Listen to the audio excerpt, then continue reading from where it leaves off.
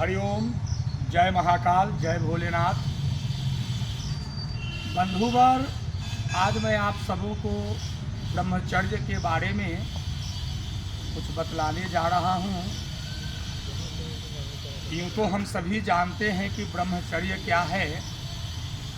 जिसने अपने आचरण में ब्रह्मत्व को उतार लिया वही ब्रह्मचर्य है। लेकिन सीधा सीधी लोगों ने यह कह रखा है कि ब्रह्मचर्य का मतलब हुआ कि आप घर को छोड़ दो, साधु सन्यासी बन जाओ, स्त्री से, बाल बच्चों से, किसी से कोई मतलब नहीं रखो। लेकिन नहीं, हमारा सनातन कहता है, हमारा वेद कहता है, ब्रह्मचर्य केवल स्त्री प्रसंग ही नहीं, ब्रह्मचर्य वाणी में, कर्म में और मन में, इन तीनों, मनसा, वाचा और कर्मणा, अर्थात इन तीनों चीज़ों में यदि आप उस तत्व को धारण करते हैं तो सही मायने में उसी को ब्रह्मचर्य कहा गया है। अब इन तीनों का विश्लेषण कुछ इस प्रकार से है बंधुवर। हाँ, इसे ध्यान से सुनेंगे क्योंकि यह हम सब के लिए लाभदायक है। और ये मत मन में भ्रम पाल लेंगे कि बाबा कह रहे हैं तो सबको छोड़ना पड़ेगा। आपको किसी को छोड़ने की आवश्यकता नहीं है। आप केवल दैनिक व्यवहार में इन चीज़ों को यदि आप लाते हैं तो इससे क्या लाभ होंगे यह आप स्वयं बताएंगे बाद में। अभी मैं केवल इसके बारे में बता रहा हूँ कि आप कैसे करेंगे। मित्रवर, जहाँ तक हमारा यह वीडियो जा रहा है आप सब सुन लें। हम भी कोई साधु सन्यासी महात्मा नहीं थे। हमारा भी घर है, परिवार है, पत्नी है, बाल बच्चे हैं। हम भी रोजी रोजगार करते हैं, आज भी मैं कर रहा हूँ। लेकिन इन घर परिवार, पत्नी, बाल बच्चे, रोजी रोजगार के चक्कर में पड़ करके इस हीरा जन्म को जो हम लोग बर्बाद कर रहे हैं, यह मानव का जन्म हीरा का जन्म, हीरा है। जैसे हीरा लाख प्रयास करने के बावजूद प्राप्त होता है, अथक परिश्रम करने के बावजूद प्राप्त होता है, उसी तरह से हमारा यह मानव का जीवन है। तो तीन चीज़ें जो मैंने अभी बताई ब्रह्मचर्य से संबंधित।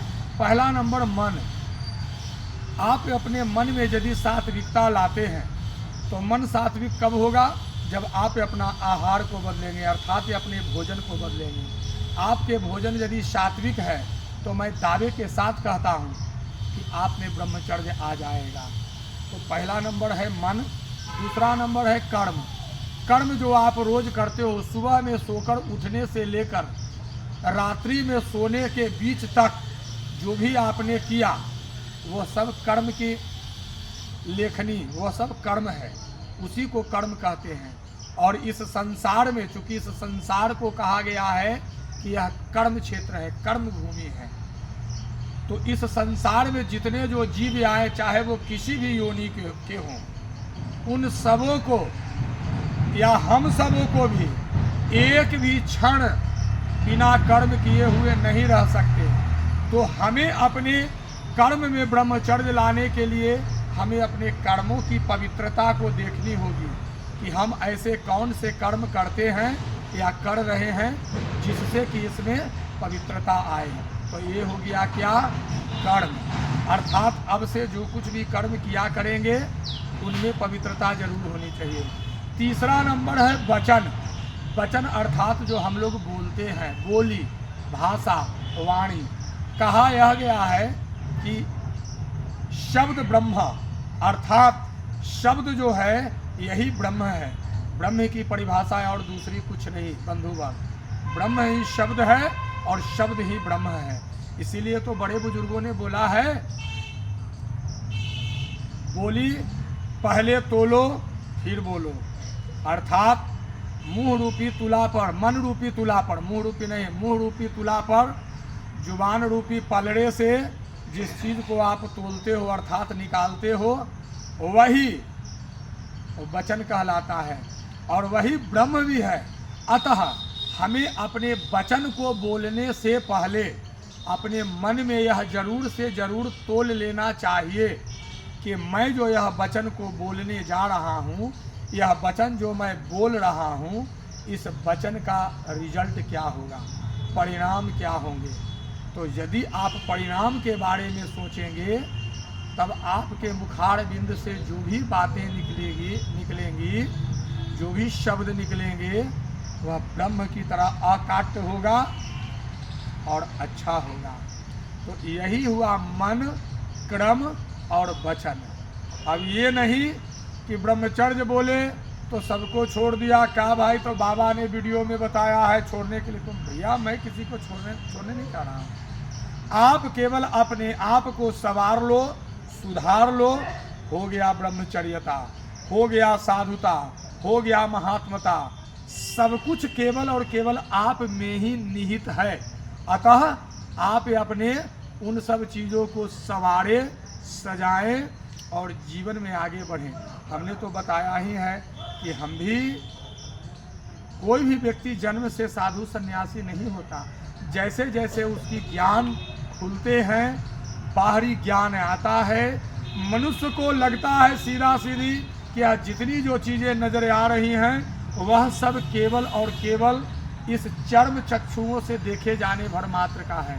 सपोज कीजिए, एक उदाहरण है, आप जिसे जीवन भर अपना अपना कह रहे हो, this is mine, this is mine, या मेरा है या मेरा है। आप अभी मर जाओ, 1 घंटे के अंदर में कफन काठी से लेकर करके रंथिया हुमा दिया अगरबत्ती तक के जुट जाएगा। तो इससे क्या साबित हुआ? लोग आपके मरने की प्रतीक्षा कर रहे हैं, जीने की कामना कोई नहीं करता बंधुवर। इसलिए इस संसार में हम और आप केवल कर्म करने के लिए आए हैं। और मैंने बताया ना, सभी योनियों के प्राणी को कर्म करने के लिए भेजा गया है। कुत्ता को बनाया तो कुत्ता को कहा गया तुमको पहरेदारी करना है, तुमको भों भों करना है। आज भी वह कर रहा है, कली काल है तो भी। कौवे को काँव काँव करना बताया गया, वह आज भी कर रहा है। सांप और बिच्छू को डंक मारना बताया गया, वह आज भी कर रहा है। जिस समय में उसकी सृष्टि हुई उसी समय में बताया गया, काम दिया गया। मानव को भी दिया गया। क्या मानव कर रहा है? इसका जवाब आप स्वयं अपने मन से पूछेंगे और मन ही आपको जवाब देगा। तो इन सब बातों पर विचार कीजिए और जीवन के पथ पर आगे बढ़िए। मैंने तो अपने परमात्मा को प्राप्त कर लिया है, अब मुझे किसी की आवश्यकता नहीं। मेरे परमात्मा सदैव मेरे साथ हैं, मैंने उनसे साक्षात्कार किया है। यदि आप भी चाहते हैं तो आप भी अपने मन से, वचन से और कर्म से इन तीनों में ब्रह्मचर्यता को लाएं और जीवन में आगे बढ़ें। ठीक है, मिलते हैं फिर एक अगले वीडियो में, एक अगले अंक में। तब तक के लिए जय भोलेनाथ।